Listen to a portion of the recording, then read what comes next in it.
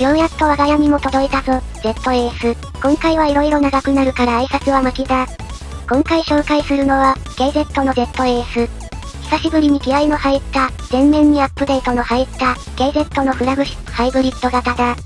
KZ というブランドは、日本国内ではあまり低価格でお目にかかれない、ハイブリッド型というタイプのイヤホンを、非常に安価に販売することで、国内のハイブリッド初心者にまずは掴んでみてほしいブランド。国内でも物好きがレビュー書いてる本数が多いので、情報の面からも手が出しやすいな。ハイブリッド型は、日本国内で流通している、いわゆる普通のイヤホン、つまり、1台の普通のスピーカーを搭載しているタイプに、高音を補強する、バランスドアーマチュア型と呼ばれるスピーカーを追加して、高音のキレと低音の表現力を両立したタイプだ。KZ にはこのほか、低音まで全てをバランスドアーマチュア型のドライバで構成した、バランスドアーマチュア型と呼ばれるイヤホンもあるんだが、そっちは詳しくなってからにとっておいた方がいい。今回紹介する、ZAS は、誰でも好みやすいインパクトのある音、かつ、初心者にもおすすめの、ハイブリッド型の最新モデル、かつ最新フラグシップモデルだ。ここまで聞いてよくわかんないという人は、お金がない人は KZ-ZSTX を、お金があるならこの ZAS 買っときゃ間違いないということだけ覚えてくれ。さて、ここから先はわかってる人向けの余計なうんちく。今回登場した ZAS は、KZ のドライバーをざっくり分けると、第5世代に属するダイナミックドライバーと、それから、チューニングが更新されたアップグレード型のバランスドアーマチュア、型番の末尾に S がついたモデルが投入された、大幅にアップグレードされたタイプだ。つまり、世代の区切りで大きく強化されるダイナミックドライバーに加えて、いつもはロット差でだんだん性能が引き上がってきたバランスドアーマチュアにも、大きくテコ入れが入ったモデルとなっている。とはいえ、一番体感するのはやっぱりダイナミックドライバーの音の変化だけどな。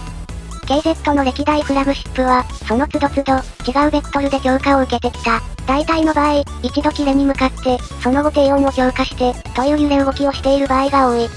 第1世代の ZS54 ドライバから始まり、そこにキレと空間表現を付与した、第2世代の ZS15 ドライバー、そこに、現在にもつながる二重軸構造を採用し、低音を大幅に強化した、ZS10 プロ5ドライバー、低音がマッシブすぎるので、バランスを取るためにドライバーの背面を開放し、抜けや改造感と低音圧を調整した ZSX6 ドライバー、もう一回低音に振り切った、姉妹ブランドの CCA-CA16、8ドライバー、8mm ダイナミックドライバー、そして、直近に登場した、ハウジング背面もぶち抜いてさらにキレを稼いだ、KZ-ZAX8 ドライバに対し、ドライバの背面をぶち抜いたところに低音を稼ぐ、音を響かせる空間、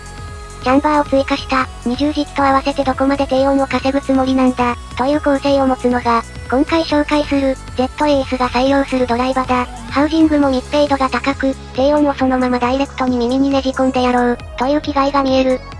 しか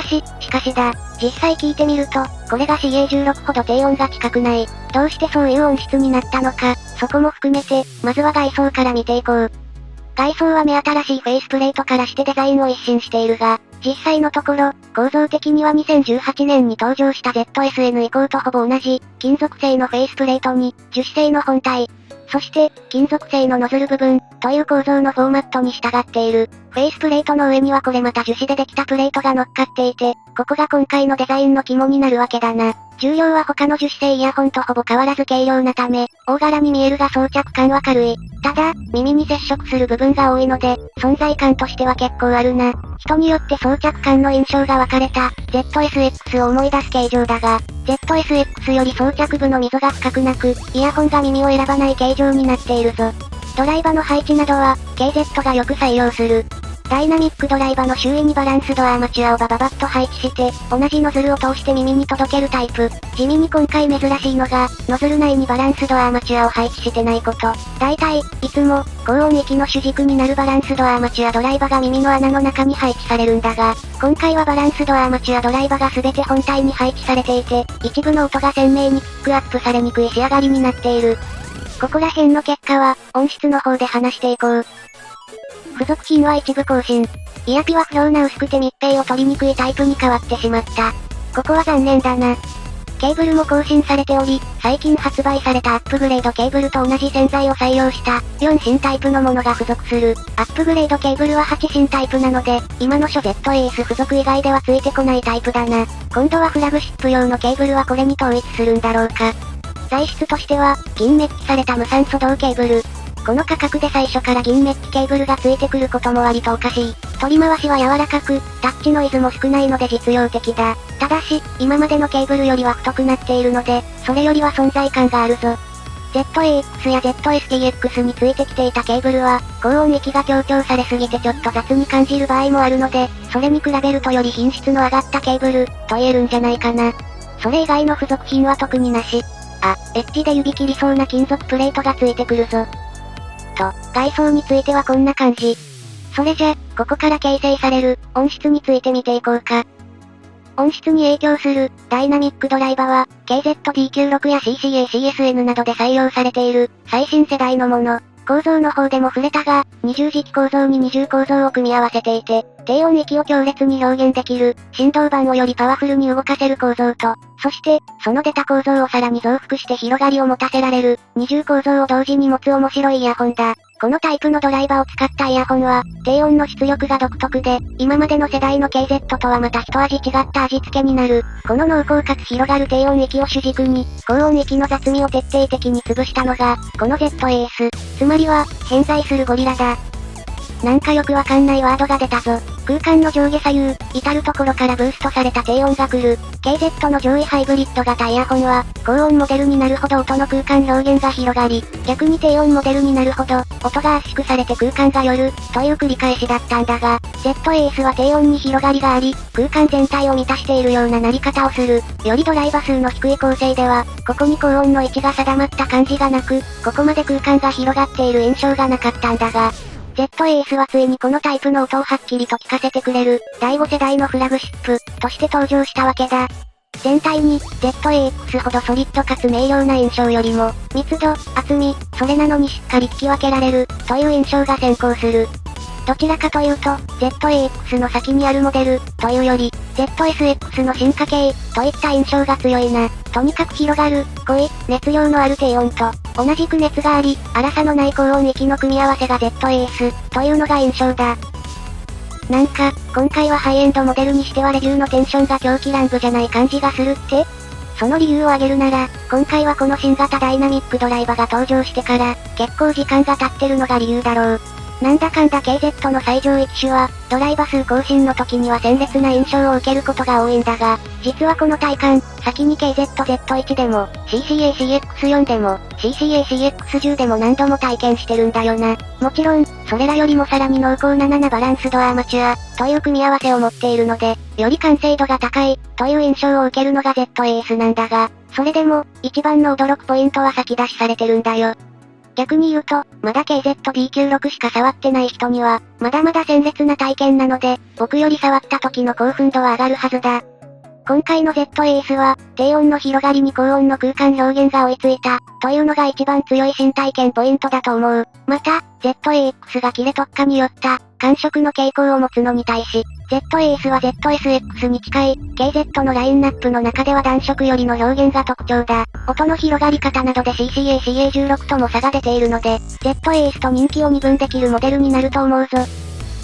なんかいつもの狂気じみた喜び方じゃないな。ってここまではリケーブルしてない時の感想なんだよな。実は、付属品のケーブルは、ちょっと高音が優しくなる傾向が強い。